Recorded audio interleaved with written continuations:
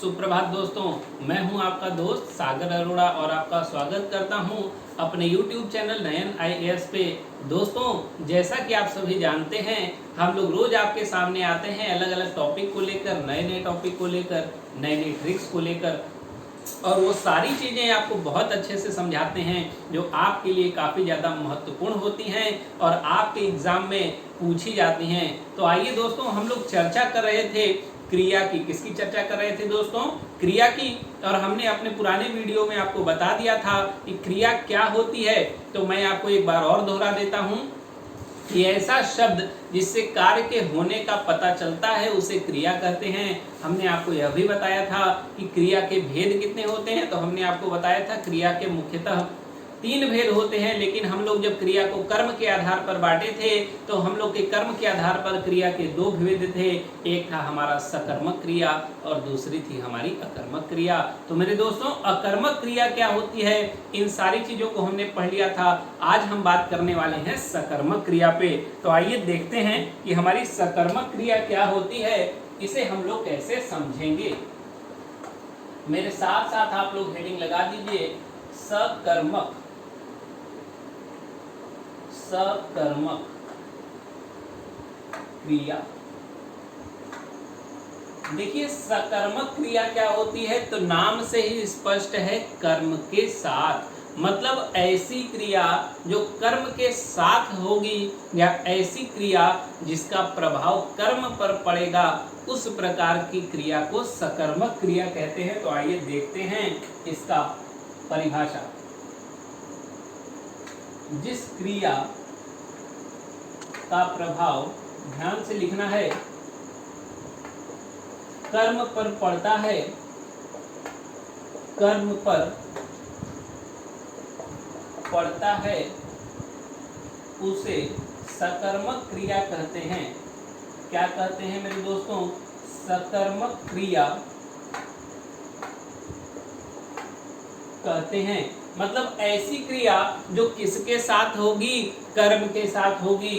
तो याद रखिएगा यहाँ पर एक बात और, ऐसे वाक्य में कर्म होता है। क्या होता है मेरे दोस्तों? कर्म होता है। क्योंकि हमने आपको एक बात बताई थी कि क्रिया का प्रभाव उसके ठीक पहले वाले शब्द पर होता है। तो मैं जो भी आपको बताता हूं आप स्टार बनाकर नोट कर लिया कीजिए। यह सारी चीजें क्रिया को पढ़ने में आपकी बहुत मदद करेंगी, बहुत सहायता करेंगी। तो आइए देखते हैं। हमने अभी आपको बताया यदि सकर्मक क्रिया जहां होगी तो उस वाक्य में क्या होगा? आप कहेंगे सर उस वाक्य में कर्म होगा। तो जैसे इंग्लिश में हम लोग पढ़ते हैं कि हमारा सेंटेंस का स्ट्रक्चर कैसा होना चाहिए, तब हमें पता चलेगा हमारी वर्ब कैसी है, ट्रांजिटिव है या इनट्रांजिटिव है। ठीक उसी प्रकार हिंदी में भी स्ट्रक्चर होता है मेरे दोस्तों, हिंदी में भी एक स्ट्रक्चर होता है। तो आइए देखते हैं ये सकर्मक क्रिया का जो स्ट्रक्चर है वह क्या होता है। तो देखिए, होता है कर्ता। क्या होता है मेरे दोस्तों? कर्ता। फिर होता है कर्म। क्या होता है? कर्म। और फिर होती है क्रिया।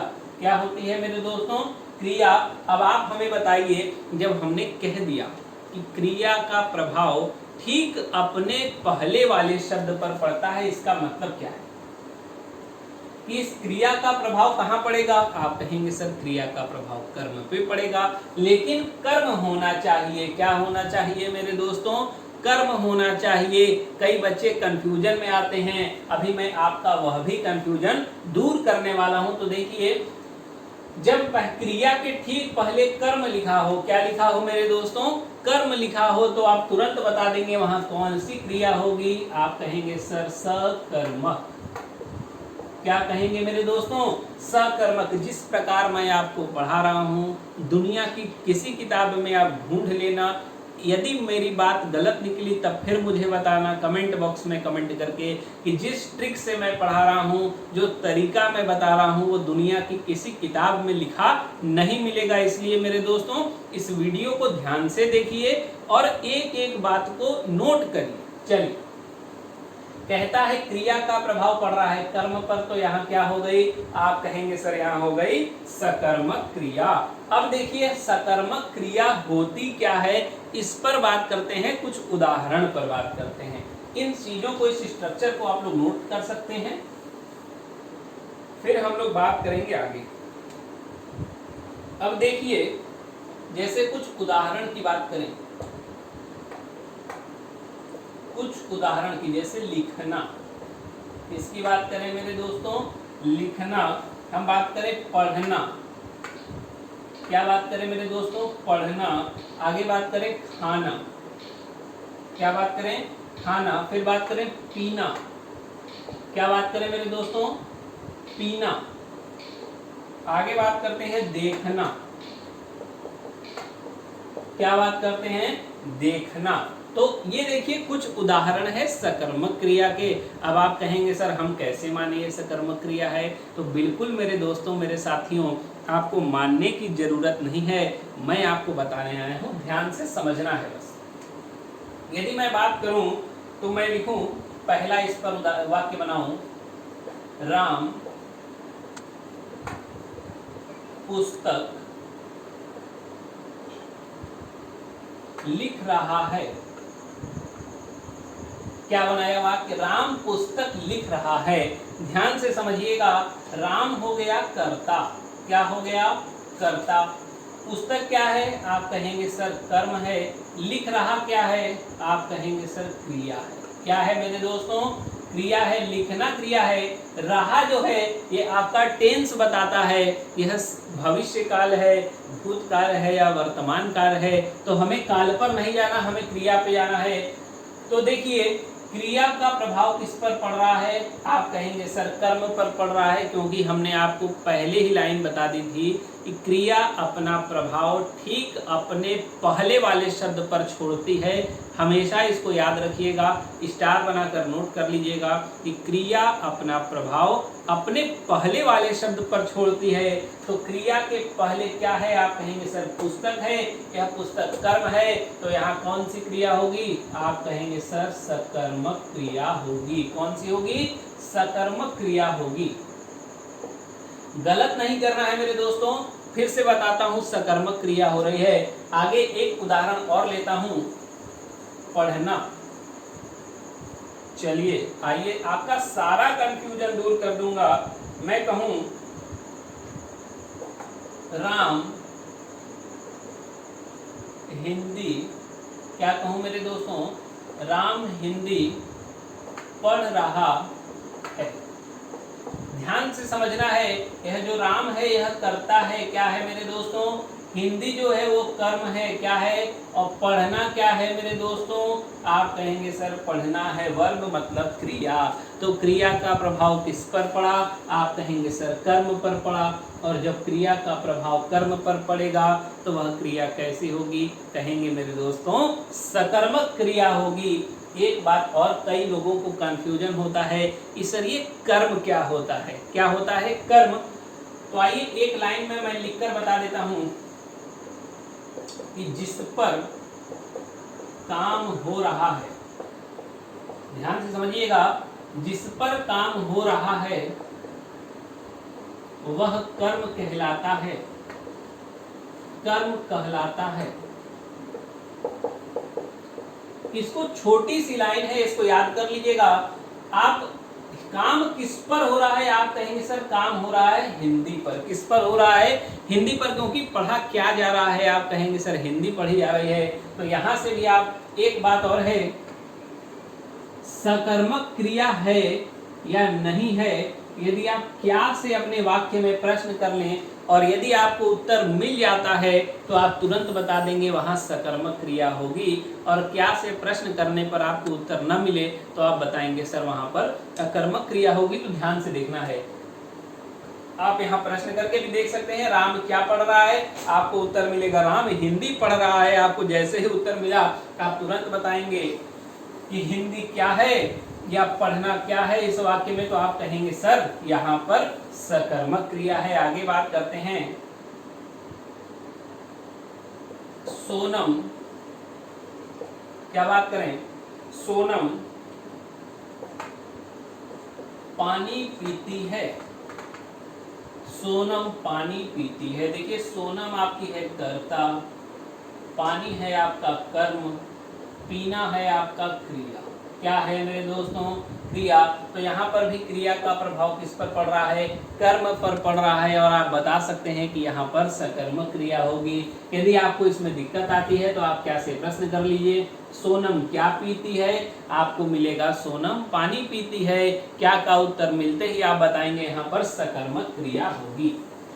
तो चलते हैं, कुछ चीजें और हैं सकर्मक क्रिया पर, उन पर बातें करते हैं, उन्हें देखते हैं वह सारी चीजें क्या हैं, हम लोगों को कैसे पढ़ना है। मैं आपको दो उदाहरण देता हूं, क्या देता हूं, दो उदाहरण देता हूं, और कई बच्चे इस उदाहरण में कंफ्यूज रहते हैं। यह उदाहरण किताब का है।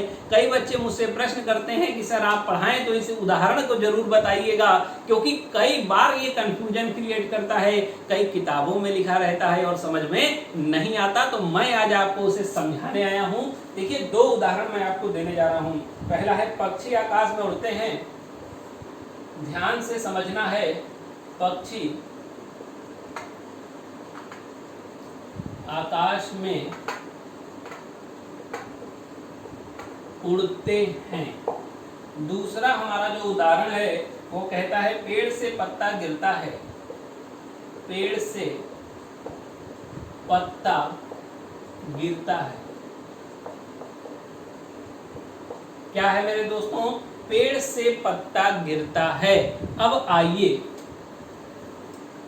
ये यहाँ आपको बताना है सकर्मक है या अकर्मक है, और आप क्या से प्रश्न करके कैसे उत्तर निकालेंगे और कब ये आपका गलत होगा, बस आपको मैं वही यहाँ बताने आ रहा हूँ। कि कई बच्चे कहते हैं सर क्या इतना फालतू का चीजें पढ़ने की क्या जरूरत है, हम तो सीधा क्या से प्रश्न करेंगे और अपने उत्तर को निकाल लेंगे। लेकिन नहीं मेरे दोस्तों, थोड़ा सा रुक जाना। हर बार क्या से प्रश्न करने पर आपका उत्तर सही नहीं होगा। अभी मैं आपको इस बात को यहाँ प्रूफ करा रहा हूँ, ध्यान से देखना। हमने कहा पक्षी आकाश में उड़ते हैं। पहले आप क्या से प्रश्न कर लो, आपको प्रश्न करिए, आप प्रश्न करिए पक्षी क्या उड़ते हैं या पक्षी आकाश में क्या उड़ते हैं। प्रश्न ही नहीं बन रहा है, तो इसका मतलब यह क्रिया सकर्मक तो नहीं होगी, यह क्रिया क्या हो जाएगी, अकर्मक क्रिया हो जाएगी मेरे दोस्तों। क्या हो जाएगी, अकर्मक क्रिया। लेकिन अब आपको यह भी तो पता होना चाहिए ये क्या है, ये है कर्ता। क्या है मेरे दोस्तों, कर्ता। अब ये देखिए आकाश में लिखा है, क्या लिखा है मेरे दोस्तों, आकाश में। मैंने आप लोगों को कारक पढ़ाया था, तो मैंने पढ़ाया था कर्ता ने। क्या पढ़ाया था, कर्ता ने। क्या पढ़ाया था मेरे दोस्तों, कर्ता ने। फिर हमने पढ़ाया था कर्म को। क्या पढ़ाया था मेरे दोस्तों, कर्म को। तो क्या यहाँ पे कर्म को आ रहा है, आप कहेंगे सर नहीं आ रहा है। जब नहीं आ रहा है तो ये कर्म तो होगा नहीं, कर्म होगा, आप कहेंगे सर नहीं होगा। तो इस वाक्य में ये जो आकाश में है यह बस बता रहा है वो कहाँ उड़ते हैं, वो कर्म नहीं है दोस्तों, कर्म नहीं है। ये क्या है, क्रिया है, और क्रिया का प्रभाव पड़ रहा है कर्ता पर, और इस कारण यहाँ क्या होगा, अकर्मक होगा। क्या होगा मेरे दोस्तों, अकर्मक क्रिया हो जाएगी। अब दूसरे एग्जाम्पल की बात करते हैं, आपको इस बात को भी ध्यान में रखना है। अभी इसके बारे में भी मैं आपको बहुत अच्छे से बताने वाला हूँ। कुछ एक्सेप्शन की चीजें हैं, मैं उनको भी बताने वाला हूँ। सारी चीजों को 1 by 1 विस्तार से अच्छे से चर्चा करने वाले हैं। आइए, कहता है पेड़ से पत्ता गिरता है। मेरे भाई बताइए कहां से गिरता है, आप कहेंगे सर पेड़ से गिरता है। तो हमने बताया था अलग होने के लिए, कर्ता ने कर्म को करण से, क्या बताया था, कर्ता ने कर्म को करण से। ये तो करण कारक हो गया ना दोस्तों, ये तो कर्ता भी नहीं बचा। ये क्या बचा, कर्ता भी नहीं बचा, या इसको आप मान भी सकते हैं। आप कहेंगे, अब आप प्रश्न करिए पेड़ से क्या गिरता है, आप कहेंगे सर पत्ता गिरता है। क्या गिरता है, पत्ता गिरता है। तो ये बताइए ये गिरना क्या है, क्रिया है, और यहाँ पर कर्ता क्या है, आपको कर्ते में कर्ता में यहाँ कंफ्यूजन हो रहा है। तो लेकिन यहाँ पर आपको कर्म तो नहीं मिल रहा। जब कर्म हमें नहीं मिलेगा, क्योंकि कर्म आता तो आगे को आ जाता। क्या आ जाता मेरे दोस्तों, को आ जाता। तो यहाँ पर कर्म नहीं है, तो यहाँ पर भी क्या होगा, आप कहेंगे सर यहाँ पर अकर्मक क्रिया होगी। इस बात को भी आपको क्या करना है मेरे दोस्तों, नोट करना है। फिर हम लोग चलेंगे आगे। अभी हम लोग सकर्मक क्रिया की बातें कर रहे थे, उसमें 2 उदाहरण थे जो बहुत ही इंपॉर्टेंट थे। कई बार बच्चों को कंफ्यूजन रहता है, उन उदाहरणों को मैंने क्लियर करा दिया है। अब हम लोग चल रहे हैं आगे। अब देखिए आगे यदि बात करूं, कुछ उदाहरण की और बात करता हूं और देखते हैं वहां पर सकर्मक होगा या अकर्मक होगा। फिर थोड़ी सी ट्रिक की बात हम लोगों को करना है। अब जैसे मैं कहूं मोहन चलता है, मोहन चलता है। दूसरा उदाहरण बात करूं, मोहन अखबार पढ़ता है, मोहन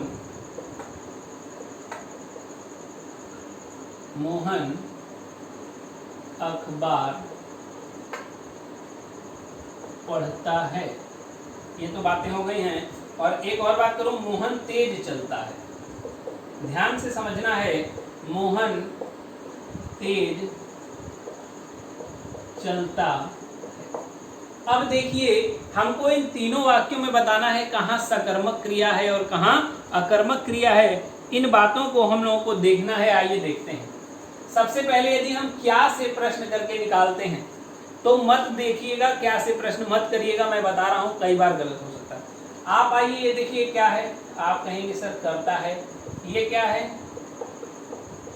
क्रिया है। और जैसे ही क्रिया का प्रभाव कर्ता पर पड़ा, यहाँ क्या हो गया, अकर्मक। क्या हो गया मेरे दोस्तों, अकर्मक। यहाँ आइए, मोहन क्या है, आप कहेंगे सर मोहन हमारा करता है। अखबार क्या है, आप कहेंगे सर ये है कर्म। क्या है, कर्म। और पढ़ना क्या है, आप कहेंगे सर ये है क्रिया। अब क्रिया का प्रभाव पड़ रहा है किस पर, कर्म पर पड़ रहा है, तो आप तुरंत बताएंगे यह कैसी क्रिया है। आप कहेंगे सर यहाँ पर सकर्मक क्रिया है। अब कई बच्चे देखेंगे यस, यहाँ मिला कर्ता। क्या मिला मेरे दोस्तों, कर्ता। क्या मिला, कर्ता। इसको बनाएंगे कर्म। क्या बनाएंगे, कर्म। इसको बनाएंगे क्रिया। क्या बनाएंगे, क्रिया। और उत्तर देंगे तुरंत सकर्मक। क्या देंगे उत्तर, सकर्मक। और जैसे ही एग्जामिनर के पास ये चीज पहुंचेगा वो तुरंत ऐसे काट देगा इसको। क्या करेगा, तुरंत इस प्रकार से इसको क्रॉस कर देगा। आप कहेंगे सर क्यों, हमने कहा था हर जगह जल्दीबाजी अच्छी नहीं होती मेरे दोस्तों। आइए देखते हैं। पहली बात तो ये कर्म नहीं है, दूसरी बात ये सकर्मक नहीं है। आइए देखते हैं ये है क्या। यहाँ लिखा है तेज। अच्छा ये बताइए ये तेज क्या है, आप कहेंगे सर ये क्रिया विशेषण है। क्रिया विशेषण का क्या मतलब होता है कि जो विशेषण होता है वो क्या बताता है, क्रिया की विशेषता बताता है, या संज्ञा या सर्वनाम की विशेषता बताता है। यही तो होता है मेरे दोस्तों। तो मोहन कैसे चलता है, आप कहेंगे सर मोहन तेज चलता है। तो ये क्या है, ये हो गया विशेषण। क्या हो गया मेरे दोस्तों, विशेषण। अब ये बताइए, मैंने तो आपको कहा था कि क्रिया अपना प्रभाव 2 ही चीजों पर डाल सकती है, या तो क्रिया अपना प्रभाव कर्म पर डालेगी, या तो क्रिया अपना प्रभाव कर्ता पर डालेगी। क्रिया कभी अपना प्रभाव विशेषण पर नहीं डालती मेरे दोस्तों। तो यह तेज तो यहाँ विशेषण है, तो यहाँ क्रिया का प्रभाव किस पर पड़ेगा, कर्ता पर पड़ेगा। और यहाँ जो क्रिया होगी वो कौन सी होगी, अकर्मक क्रिया होगी मेरे दोस्तों। इस बात को आप लोग नोट कर लीजिए। फिर हम लोग चलते हैं आगे और कुछ और बातों को हम लोगों को देखना है। आइए देखते हैं कुछ और इम्पोर्टेंट बातें। तो इसे आप लोग नोट कर चुके हैं, उसके बाद हम लोग चलते हैं आगे और कुछ बातों को और देखते हैं।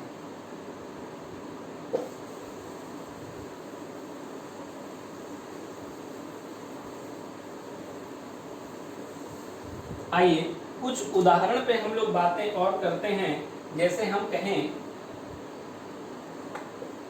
कि राम खाना खाता है। एक उदाहरण और मैं ले लूं, सीता जल्दी उठती है। देखिए 2 उदाहरण हैं हमारे पास, एक है राम खाना खाता है और दूसरा है सीता जल्दी उठती है। आपको इन दोनों उदाहरण में बताना है क्रिया क्या होगी। आइए देखते हैं दोस्तों, बस एक दो उदाहरण और दूंगा, पूरा आपको सकर्मक और अकर्मक क्लियर हो जाएगा। फिर हम लोग आगे जब चलेंगे तो आगे बात करेंगे नए टॉपिक पर, और वो जो हमारा नया टॉपिक होगा वो होगा सिर्फ और सिर्फ सकर्मक और अकर्मक की ट्रिक का, कैसे क्रिया में और क्या क्या चीजें होती हैं, उन सारी चीजों को पढ़ने वाले हैं। तो पहले देखिए, ये है राम। राम क्या कर रहा है? तो पहली बात तो राम तो आपका हो गया कर्ता। क्या हो गया मेरे दोस्तों? कर्ता। ये जो खाना है ये है कर्म। क्या है मेरे दोस्तों? कर्म। हमने आपको बार बार बताया है, क्या किया है? बार बार बताया है कि जो कर्म क्या होता है, तो हमने आपको बताया है कि जिस पर काम किया जा रहा है बस वही कर्म है। और यहाँ काम किस पर किया जा रहा है? आप कहेंगे सर काम किया जा रहा है खाने पर। क्या काम किया जा रहा है? खाने पर। जो खाता है यह क्या है मेरे दोस्तों? आप कहेंगे सर यह है क्रिया। अब बताइए वाक्य कैसा बना? कर्ता भी है, कर्म भी है और क्रिया भी है। तो क्रिया अपना प्रभाव किस पर छोड़ेगी? कर्म पर छोड़ेगी। और यहाँ पर क्या हो जाएगा? आप कहेंगे सर सकर्मक। क्या होगा मेरे दोस्तों? सकर्मक। हम कहें सीता जल्दी उठती है। क्या कहूं मेरे दोस्तों? सीता जल्दी उठती है। क्या कहूं मेरे दोस्तों? सीता जल्दी उठती है।